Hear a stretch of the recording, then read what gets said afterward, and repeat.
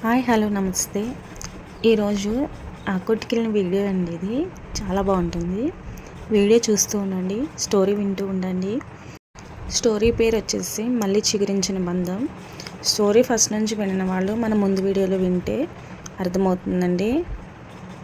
సహస్ర car దిగబోతూ ఆగి అతని వైపు చూసింది. కొంచెం కంగారుగా ఉంది కార్తిక్. ఇన్నాళ్ళ తర్వాత నాన్నను ఫేస్ చేయాలంటే ఆయన ఏమంటారో అని లోపల భయంగా ఉంది కార్తిక్. చిన్నగా నవ్వాడు.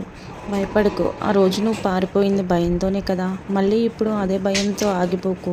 నీ తప్పు నువ్వు తెలుసుకున్నావు. ఆ నిజాయితీ నీ మాటల్లో కనిపిస్తే ఆయన కోపం ఖచ్చితంగా కరిగిపోతుంది. ధైర్యంగా వెళ్ళు, all the best.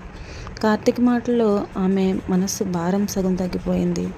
Thank you Karthik, bye అంటూ కారు దిగి, బాయ్ సహస్ర, జాగ్రత్తగా వెళ్ళే ఇంటికి.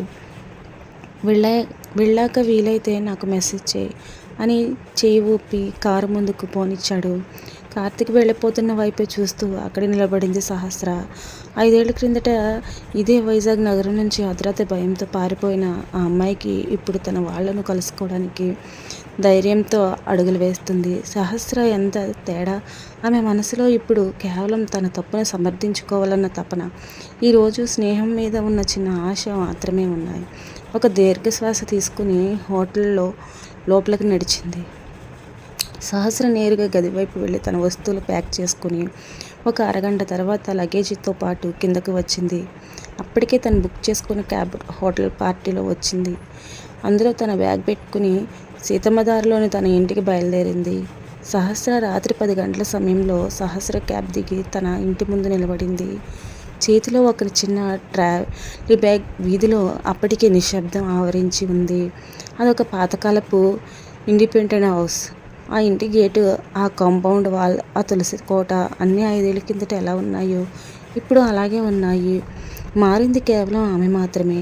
ఒకప్పుడు ఆ ఇంట్లో వెళ్ళపోవాలన్న తప్పించిపోయిన అమ్మాయి ఇప్పుడు ఆ ఇంటి గడప తొక్కడానికి భయపడుతుంది.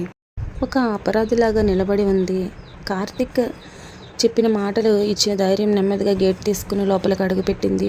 వరండాలో లైట్ వెలుగుతుంది. భోజనం అయ్యాక ఆమె తండ్రి రామారావు గారు కుర్చీలో కూర్చుని అలా శూన్యంలోకి చూస్తూ ఉన్నారు. వయసు పైబడిన ఛాయలు ఆయన ముఖంలో స్పష్టంగా కనిపిస్తున్నాయి. గేటు తీసిన చప్పుడికి విని ఆయన తలెత్తి చూశారు. ఎదురుగా సహస్ర నడుచుకుంటూ రావడం చూసి ఆయన ఒక్క క్షణం షాక్ అయ్యారు. తన కళ్ళను తాళు నమ్మలేనట్టుగా చూశారు. మరుక్షణం 5 ఏళ్లుగా పేరుకుపోయిన కోపం కట్టలు తెంచుకుంది. ఆయన వెంటనే కుర్చీలో నుంచి లేచి నిలబడ్డారు. ఎవరు నువ్వు? ఎందుకు వచ్చావు ఇక్కడికి? ఆయన గొంతు కటువుగా కోపంగా వచ్చింది. సహస్ర కళ్ళలో నీళ్ళు నిండాయి. నాన్న, నేను సహస్ర అంటూ ముందుకు అడుగు వేసింది. ఆకు అక్కడే. ఆయన చేయి చూపించి గట్టిగా అరిచారు. ఆ అరుపుకి లోపల పనులు చేసుకుంటున్న సహస్ర తల్లి కవలమ్మ గారు బయటికి వచ్చారు.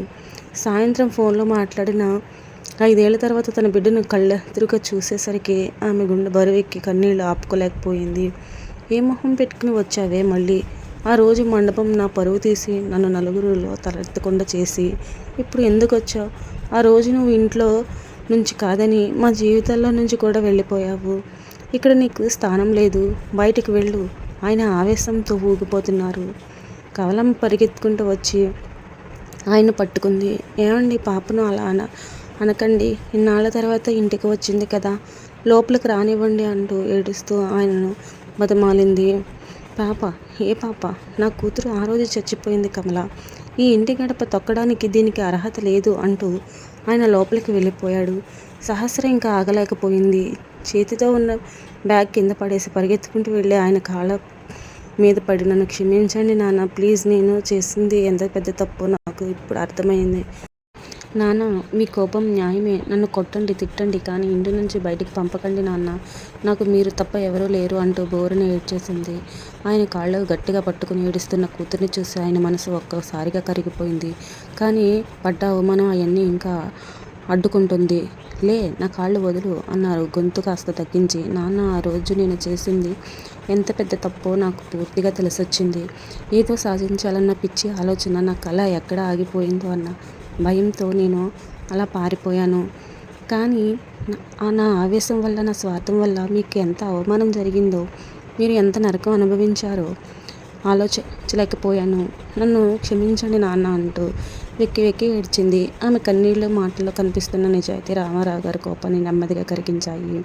కానీ ఆయన బాధపడ్డ అంత సులువుగా పోయేది కాదు.